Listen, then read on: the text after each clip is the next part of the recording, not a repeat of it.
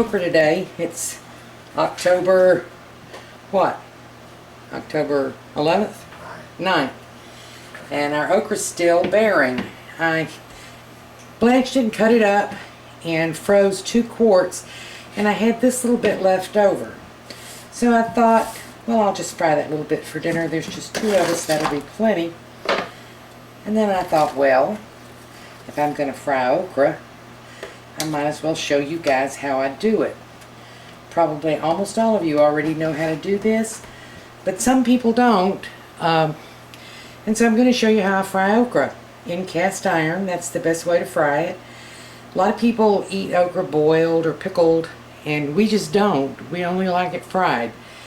And every year we grow just a little bit, and it bears for a long time, and we end up with about 15 or 20 quarts in the freezer, just doing it 1 or 2 quarts at a time.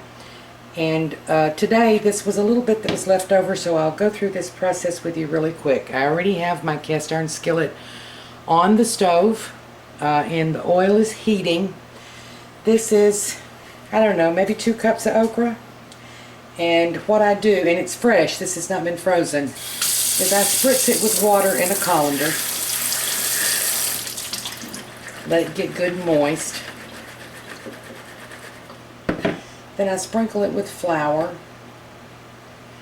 This is self-rising flour. It has salt. If you don't use self-rising flour, then add a little salt to flavor. I move it around until I coat the okra pretty well and try to sort of keep it separated.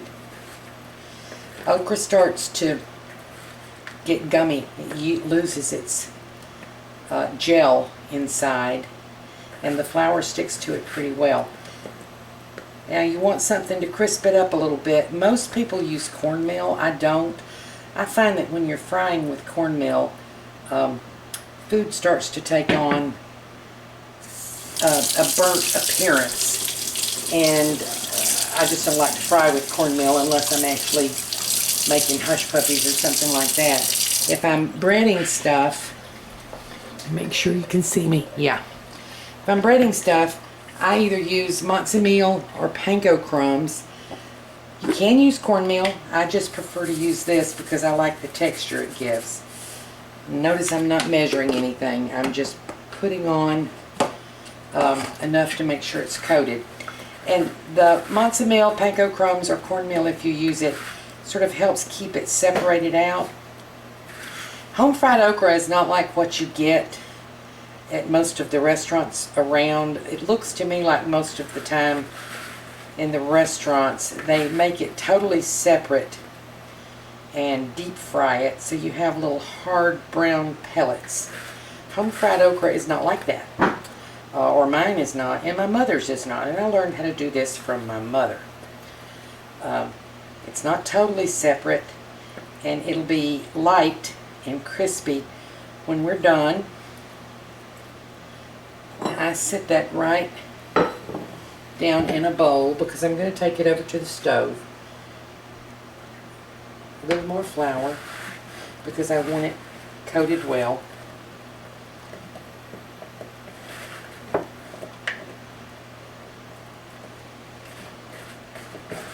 Okay, so you can see it's somewhat separate.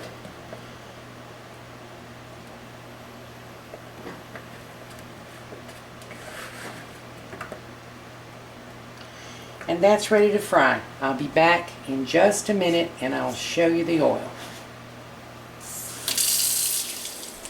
Okay, for this I'm using my little 9-inch Wagner. Love my little Wagner. Thank you, Lisa Dye. Let's check the oil. I have it on low to medium heat. If you see that sizzle, the oil is right. It'll lose a little temp as I add the okra. I put it in, sort of separate it a little as I go.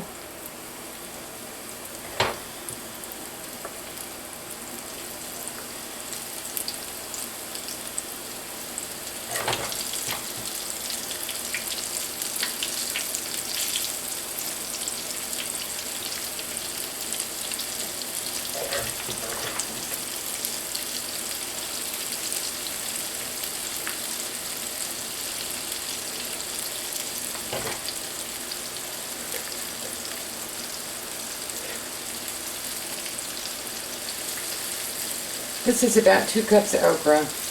Normally, I freeze it in quart containers.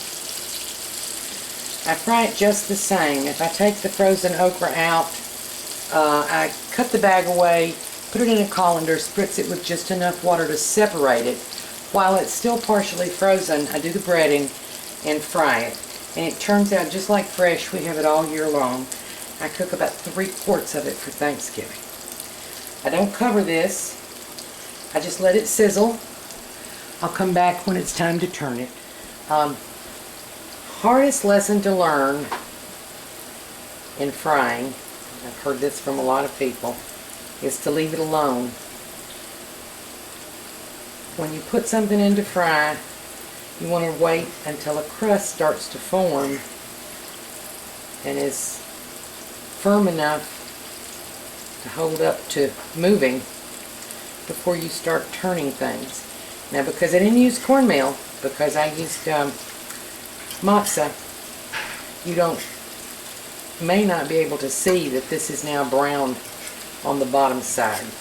You can see it some. So I'm turning it, and you can see this is fairly separate.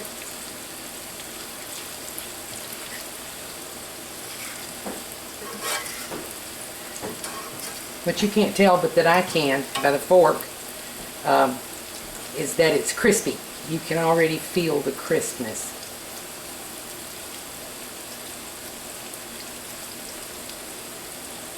Separate that one just a little bit.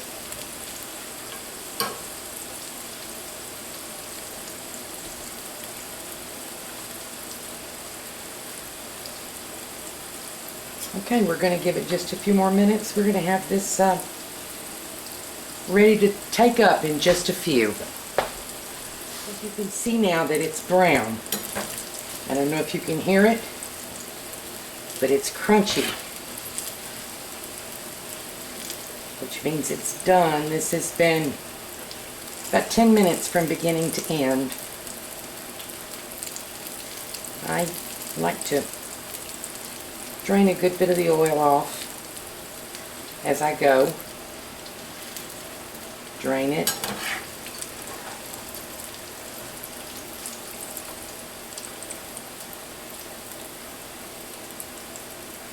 You see the oil coming out.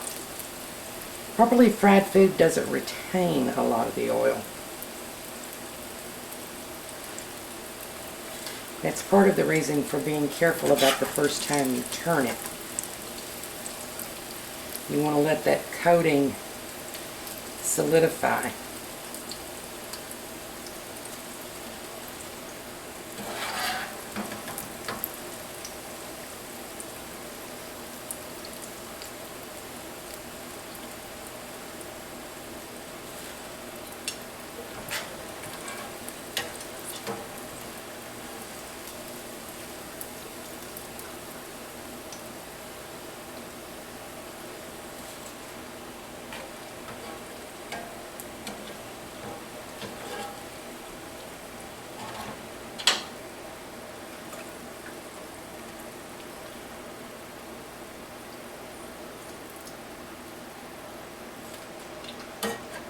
There you go. This will go with our beans and baked sweet potatoes for supper.